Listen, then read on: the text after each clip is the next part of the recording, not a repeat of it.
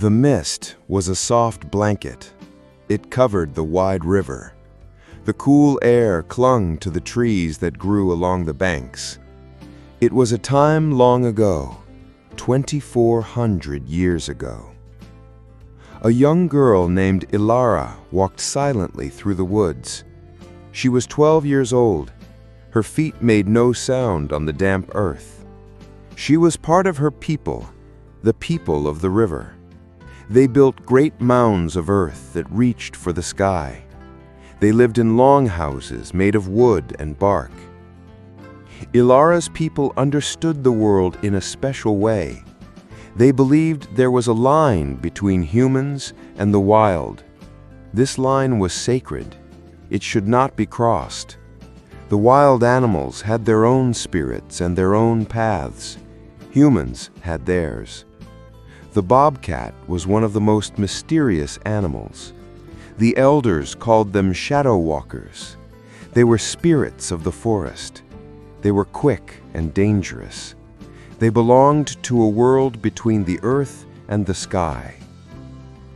This morning, Ilara had left her village before the sun. The air smelled of wood smoke and damp leaves. Her grandmother, Nima, was teaching her to track deer. But Ilara's heart was often pulled toward other things. She felt a connection to the quiet whispers of the forest. She was about to go back to the village. Then she heard a small sound. It was so faint, like a dry leaf skittering across the ground. But Ilara listened closely. Her grandmother, Nima, had taught her that the forest always speaks. You just have to know how to listen. Ilara followed the sound. It led her past bushes with red berries and into a thick grove of cedar trees. The roots of one ancient cedar twisted out of the ground.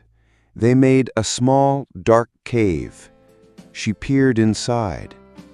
There, huddled in the darkness, was a tiny creature. It was a bobcat kitten. It was no bigger than a winter rabbit. Its fur was spotted brown and gray. Its ears, with their small tufts of black fur, were pressed flat against its head. Its golden eyes were cloudy with sickness. Its small body trembled with fever. She saw a dark, ugly wound on its back leg. Maybe a snake had bitten it, or maybe a bigger animal had attacked it. The kitten was alone. It was dying.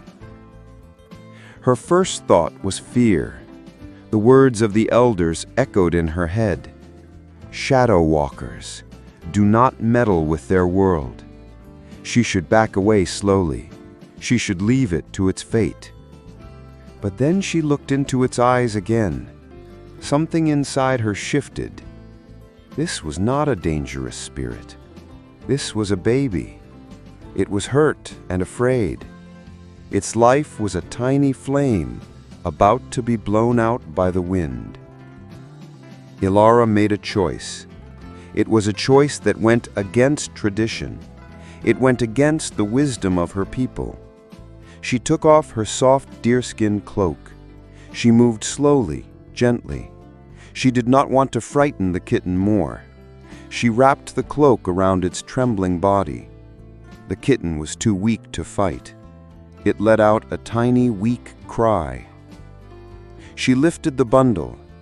It was so light, it felt like holding a handful of feathers. She could feel the kitten's tiny heart beating fast against her chest, a fragile, desperate rhythm. The walk back to the village felt long.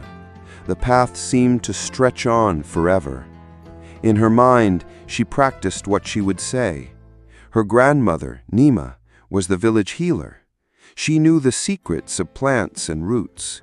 She could mend broken bones and chase away fevers. But would she use her skills to save a creature from the wild, a creature they were taught to avoid? As Ilara walked into the clearing of her village, a silence fell. The children stopped their games with dolls made from corn husks. The women looked up from the stones where they ground acorns into flour. Everyone stared. They saw the deerskin bundle in her arms. They saw the tufted ear of the kitten peeking out. Nima came out of their longhouse. She was an old woman.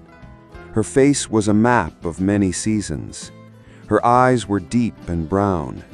They held the wisdom of 70 winters. She looked at Ilara, then at the bundle. Her face showed nothing. No anger, no surprise.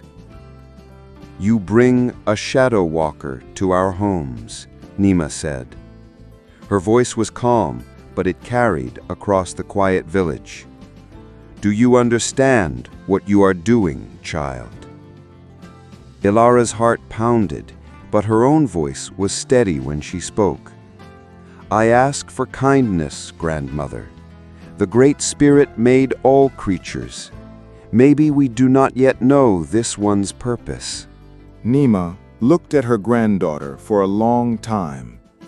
The whole village watched, holding its breath. Then a slow smile spread across Nima's weathered face. It was like the sun breaking through clouds. "Then we will see what the spirits want," Nima said. "Bring the little shadow walker inside." The next few days were a blur of work and worry. Nima was a master healer. She gently cleaned the kitten's wound with a tea made from willow bark. She made a soft paste from special leaves and spread it on the bite. Ilara stayed by the kitten's side. She used a small shell to drip water and bone broth into its mouth. She sang soft songs to it. They were the same songs her mother had sung to her years ago, before a fever took her away. On the fourth night, the moon was a bright sliver in the dark sky. Ilara watched the kitten's chest rise and fall. Its breathing was still shallow. She worried it would not last until morning. But just before dawn, she felt a change. The heat from its body was less intense. The trembling had stopped. The kitten opened its eyes. They were no longer cloudy. They were clear and bright, like polished amber. It tried to stand up on wobbly legs. It let out a soft mewing sound. The sound was not one of fear, but of simple need. A name came to Ilara's mind. "Kitchi," she whispered. In her people's language, it was a word for a small wild spirit. The kitten's ear twitched. It looked at her. From that day on, that was her name. Kitchi. The village did not accept Kitchi right away. The change was slow, like the melting of snow in the spring. Some of the men complained. "We have to feed another mouth," they said. "Winter will be long, and our food stores are important." Some of the women worried. "Is it safe for our children? A bobcat is still a wild animal." But Kitchi was not like other bobcats. As she grew stronger, she did not run from people. She did not hide in the shadows. Instead, she followed Ilara everywhere. She was like a small, spotted shadow herself. When Ilara walked through the village, Kitchi would trot behind her. When Ilara sat with her aunts to weave baskets from river reeds, Kitchi would curl up at her feet. She would make a low rumbling sound in her chest, a purr. None of the villagers had ever heard that sound from a wild cat. It was a sound of comfort, not of danger. It was Kitchi's hunting skill that finally changed everyone's mind. The first time it happened was during the cold months, when the snow lay deep on the ground. The village stored its corn in deep pits dug into the earth. They were covered with logs and clay, but an army of small field mice had found a way in. They were eating the precious corn that was meant to last the whole winter. The villagers tried everything. They made loud noises. They tried to fill the storage pits with smoke. Even the village dogs, who were good hunters, could not catch the quick, tiny mice. The problem grew worse each day. One morning, Ilara woke up and Kitchi was gone. A cold fear gripped her. Had the call of the wild finally become too strong? Had her friend left her forever? She looked all over the longhouse. Then she ran outside into the cold air. She found Kitchi near this corn storage pits. What she saw made her stop. Lying in a perfect, neat row on the snow were 7 dead mice. Kitchi sat beside them. She licked her paw, looking very proud of her work. News traveled fast. Soon half the village was gathered around the storage pits. The men who had complained about feeding Kitchi now looked at her with respect. The women who had been afraid for their children saw a guardian. From that day on, Kitchi had a job. Every morning and every evening, she would patrol the storage pits. She was a silent, deadly hunter. The mouse problem disappeared. The corn was safe.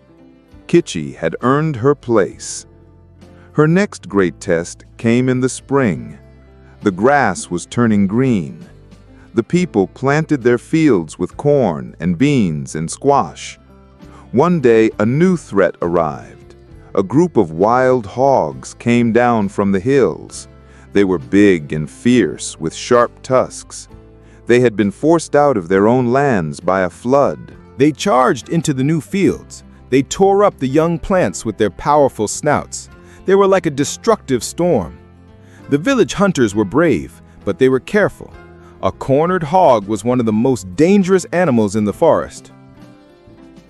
Ilara was in the fields, helping to replant the corn shoots. She saw Kitchi crouched low in the tall grass. Her spotted coat was perfect camouflage. She had grown over the winter. She was no longer a small kitten.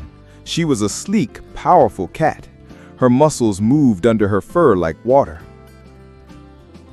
Before anyone could stop her, Kitchi burst from her hiding spot. She was a blur of motion. She did not attack the big hogs directly. That would have been foolish. Instead, she used her incredible speed. She darted between them, hissing and spitting. She was so fast, the big, clumsy hogs could not land a blow. They became confused. They grew alarmed by this small, ferocious blur that seemed to be everywhere at once. The leader of the hogs grunted. The group turned and ran back toward the forest. Kitchi chased them to the edge of the woods. Then she returned to the field. Her sides were heaving, but her eyes were bright with success. The hunters lowered their spears. They looked at each other in shock and wonder. This one small bobcat had done what they were hesitant to do. She had saved their crops without a single drop of blood being shed. But Kitchi was not done. Later that evening, she led a group of hunters into the woods. She had tracked the hogs. They had settled in a swampy area a few miles from the village. They were far enough away not to be a problem. The hunters were grateful. They now knew where the hogs were. They could watch them and make sure they did not return. As the days grew warmer, Ilara noticed another change in her friend. Kitchi became restless. She would disappear into the forest for hours. Ilara worried again. Was she leaving for good this time? Nima saw her granddaughter's worry. She smiled her wise smile. Do not be sad, Ilara. She is not leaving you. She carries new life inside her. The Shadow Walker will bring more shadows into our world. Kitchi gave birth in the same dark cave under the cedar roots where Ilara had found her. But this time, she was not alone. She led Ilara to the spot. She wanted her human friend to be there. 5 tiny kittens lay nestled against their mother. Their eyes were sealed shut. Their fur was still damp. They made tiny squeaking sounds as they searched for their mother's warmth. Ilara's heart filled with joy so big she thought it might burst. The kittens grew up under the watch of two mothers, their bobcat mother, Kichi, and the entire village. The children who were once afraid now came to see the kittens every day. They would watch from a safe distance as Kichi cared for her babies.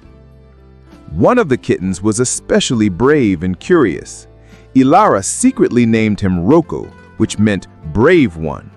He was always the first to explore, the first to chase a butterfly, the first to try to pounce on his brothers and sisters. It was Rocco's bravery that led to sadness. The berries were ripe on the bushes. The kittens were now half grown. They were learning to hunt beside Kichi at the edge of the forest. One afternoon, a lone boar appeared. He was old and scarred from many fights. He had been cast out from his group and was angry and unpredictable. The village warriors saw the boar and grabbed their spears. They prepared to drive it away. But Rocco, full of young courage, wanted to be like his mother. He darted forward, hissing at the huge animal. What happened next was a flash of terrible speed. The boar grunted in anger. It swung its massive head. One of its sharp tusks caught Rocco in the side. The little bobcat was thrown through the air. He landed in a crumpled heap on the grass. Ilara screamed and ran to him. The warriors quickly drove the boar away, but it was too late. Ilara gathered Rocco into her arms. His bright, curious eyes were already growing dim. He took one last, soft breath and was still. Kichi circled them, making a sound of deep grief. It was a sound that everyone, human and animal, could understand. The whole village felt the loss. This was not just an animal's death. Rocco had been one of them. The children cried. The strong warriors stood with their heads bowed. Nima placed a comforting hand on Ilara's shoulder. That night, Ilara did not sleep. She sat by the fire, her tears falling. She took her most precious things, smooth river stones, polished bear teeth, and beautiful shiny shells. The shells had come from far away, traded up the great rivers from the southern sea. They were very rare, but nothing was too precious for Rocco. She carefully threaded them onto a leather cord, making a burial necklace. They buried Rocco at dawn. They chose a small hill that looked over the river. The morning sun would always touch his grave first. The entire village came.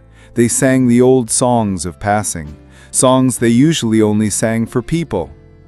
Kichi sat beside the small mound of fresh earth, a statue of silent grief. But life moves on. The 4 other kittens grew up. They grew strong and smart. They were different from other bobcats. They did not leave to find their own territory deep in the forest. They stayed near the village. They were not tame pets, but they were not completely wild either. They were something new. They lived in the spaces between the village and the forest. They hunted the mice and rabbits that tried to eat the crops. They would appear at the edge of the woods, their golden eyes watching the village life. The children learned to walk past them without fear. The cats would watch back, curious but calm. They knew these humans were their family. Ilara grew into a woman. She married a kind hunter. She had children of her own. She often thought about that misty morning by the river. She thought about the choice she made. What if she had walked away? What if her grandmother had turned her back? Her world would be so different. She would watch Kichi, now an old cat with gray fur around her muzzle, teaching her own grandchildren how to stalk a grasshopper. And Ilara understood. The choice had been a gift. It was more than just having a cat to catch mice. It was about learning that the line between human and wild was not a wall. It was a bridge. Her people had always respected nature, but this was different. This was a friendship. It was a partnership. Kitchi and her family had chosen to live with humans, and the humans had chosen to make their family bigger, to include these beautiful, wild spirits. Years passed. Traders from other villages would come down the river. They would see the spotted cats walking peacefully through the village. They were amazed. They told stories about Ilara, the bobcat woman, and her amazing companion. The story traveled along the rivers, carried like a seed on the wind. Some other villages tried to copy it. They caught bobcat kittens and tried to tame them, but it never worked. They did not understand. The bond was not about force or capture. It was born from a moment of kindness. It grew with patience. It was sealed with trust. When Ilara was a very old woman, her hair as white as snow, she took Nima's place as the keeper of wisdom for her village. The children would gather around her fire. She would tell them the story of Kitchi. She would show them the beautiful shell necklace she had made for Roko so long ago. She kept it in a special leather pouch. Remember, she would always tell them, her voice soft like rustling leaves. We do not own the wild things. We cannot make them our friends. We can only offer our kindness and hope they choose to offer theirs back. Kitchi chose us, just as we chose her. And in that choice, both our worlds were changed forever. And they were. The descendants of Kitchi lived beside the people of the river for many, many generations. They were silent guardians, loyal friends, and a constant reminder of the bridge that had been built. Sometimes, in the evening, old Ilara would walk to the riverbank and sit. She would watch the water flow by, just as it had on that day so long ago. Often, a young bobcat, a great-grandchild of her beloved Kitchi, would pad silently out of the woods. It would sit beside her. They would watch the sunset together in a comfortable, quiet peace. The old woman and the wild cat. Two worlds, one family, forever linked by a single act of courage and compassion.